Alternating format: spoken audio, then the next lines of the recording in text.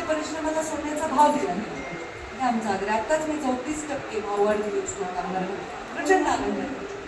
शेवटचा प्रश्न आहे, काही वर्षांपूर्वी कधी काही तुम्ही म्हटलं होतं की मी जनतेच्या मनातली मुख्यमंत्री आहे, तर तुम्ही दिल्लीत चालला, ही जनतेची इच्छा पूर्ण होणार किंवा त्यासाठी तुम्ही काही पुन्हा पुढे प्रयत्न करणार? आता हा विषय खूप शिळा झालेला आणि मी असं कधी म्हणले नाही. ह्या बातम्यांमधली ती बातमी इतकी चिकटली आहे मला, पण मला त्याच्यातून काही नुकसान आहे असं वाटत नाही.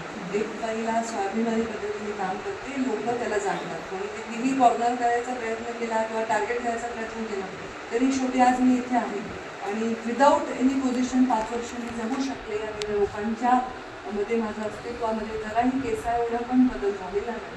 हे जे काम आहे हे काम फक्त पदांनी येतं असं नाही आणि त्यामुळे माझ्या वडिलांनी मला शिकवलं की पद हे अंतिम ध्येय नसतं, जनतेच्या मनात हे अंतिम ध्येय असतं आणि ते माझ्यासाठी महत्त्वाचं.